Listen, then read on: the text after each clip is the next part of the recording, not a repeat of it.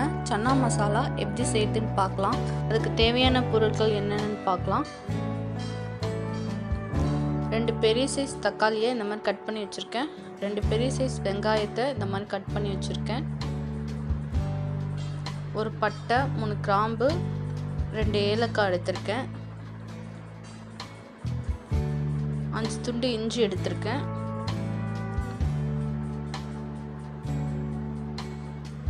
பத்து பல் பூண்டு எடுத்திருக்கேன்.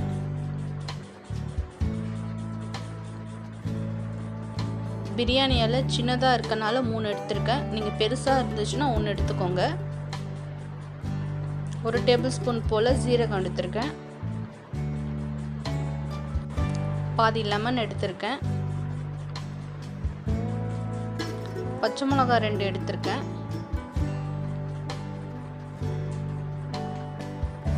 கொண்டக்கடலையை முன்னாடி நாளே நான் ஊற வச்சுட்டேன். நீங்கள் ஈவினிங் அந்த டைமில் செய்கிறதா இருந்தால் 8 மணி நேரம் இதை ஊற வச்சுக்கோங்க. இப்போ ஒரு வானலில் தேவையான அளவு எண்ணெய் ஊற்றிக்கிறேன். வெங்காயம் இதில் சேர்த்துருக்கேன்.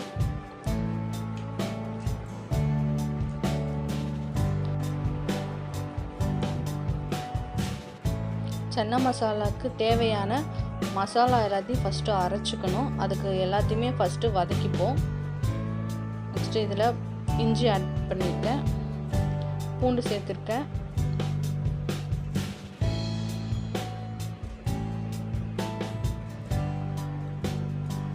இதில் வெங்காயம் நல்லா வதங்கணும்னு இல்லை, எல்லா பொருளும் சேர்த்ததுக்கு அப்புறமே வெங்காயம் வதங்கினா போதும். 1 டேபிள் ஸ்பூன் போல் தனி மிளகாய் தூள் போட்டிருக்கேன். 2 டேபிள் ஸ்பூன் போல் மல்லித்தூள் சேர்த்துருக்கேன். 1 டேபிள் ஸ்பூன் போல் கரம் மசாலா சேர்த்துருக்கேன். 1 டேபிள் ஸ்பூன் போல் சீரகத்தூள் சேர்த்துருக்கேன். தேவையான அளவு உப்பு சேர்த்துருக்கேன்.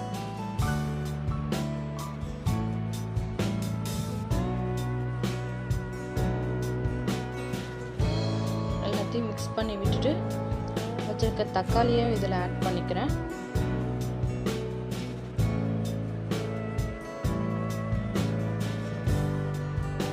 தக்காளியும் ஆட் பண்ணிவிட்டு மிக்ஸ் பண்ணி விட்டுக்கிறேன். இப்போ எல்லாமே சேர்ந்து இது கொஞ்ச நேரம் வதங்கட்டும்.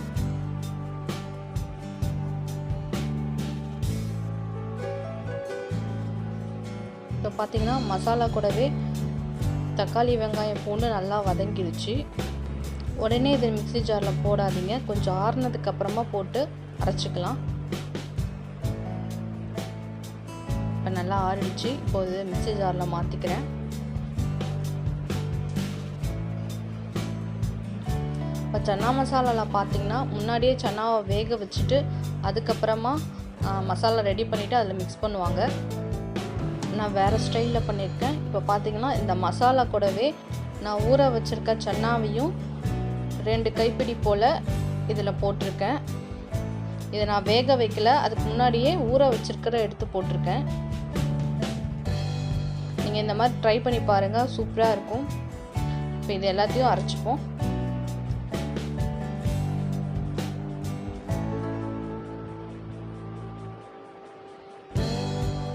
சன்னாக்கு மசாலா ரெடி ஆயிடுச்சு.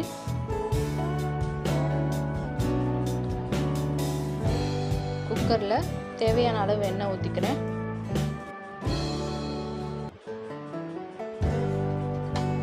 ஒரு பட்டை, 3 கிராம்பு, 2 ஏலக்காய், 3 பிரியாணி இலை,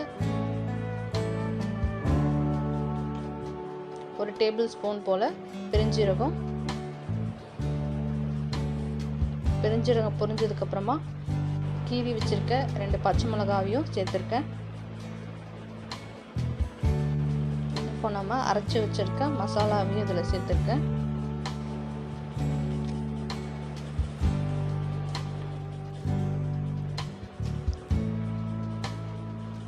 மிக்ஸி ஜார்லேயே கொஞ்சமாக தண்ணி ஊற்றி அதில் அலசி ஊற்றிருக்கேன்.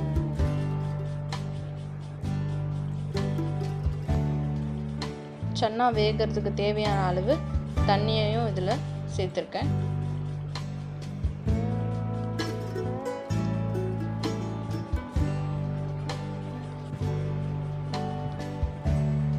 எல்லாத்தையும் இப்போ மிக்ஸ் பண்ணி விட்டுக்கிறேன்.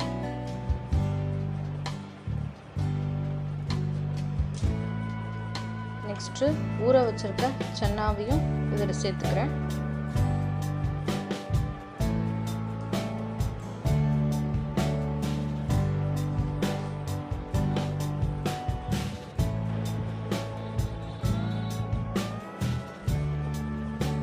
இப்போ பார்த்திங்கன்னா எல்லாத்தையும் மிக்ஸ் பண்ணியாச்சு நல்லா.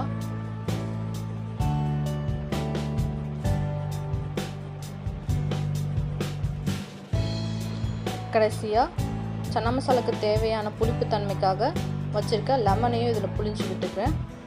அப்போ தான் சன்னா மசாலாவோட டேஸ்ட்டே நல்லாயிருக்கும்.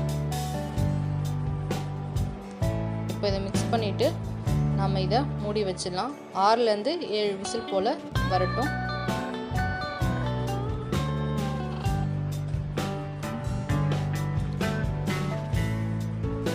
சில பேர் பார்த்திங்கன்னா ஃபஸ்ட்டு சன்னாவை வேக வைப்பாங்க, அதுக்கப்புறம் மசாலா ரெடி பண்ணுவாங்க, அதுக்கப்புறம் மறுபடியும் சன்னா மசாலாவில் மசாலா மிக்ஸ் பண்ணுவாங்க. நான் அப்படி பண்ணலை.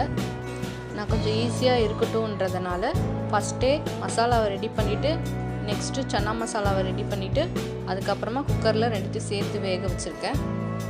இப்போ பார்த்திங்கன்னா இது சூப்பராக ரெடியாக இருக்குது. உங்களுக்கு பார்த்திங்கனாலே தெரியும் சன்னாவும் நல்லா வெந்திருக்கு. இப்போ இதை வேறு ஒரு பவுலில் மாற்றிருக்கேன்.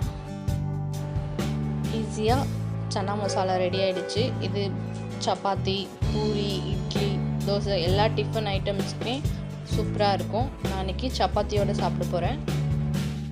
நீங்களும் ட்ரை பண்ணி பார்த்துட்டு எப்படி இருக்குன்னு எனக்கு மறக்காமல் கமெண்ட் பண்ணுங்கள். தேங்க்ஸ் ஃபார் வாட்சிங். உங்களுக்கு இந்த வீடியோ பிடிச்சிருந்துன்னா லைக் பண்ணுங்கள், கமெண்ட் பண்ணுங்கள், மறக்காமல் சப்ஸ்கிரைப் பண்ணுங்கள், பக்கத்தில் இருக்க பெல் பட்டனையும் கிளிக் பண்ணுங்கள்.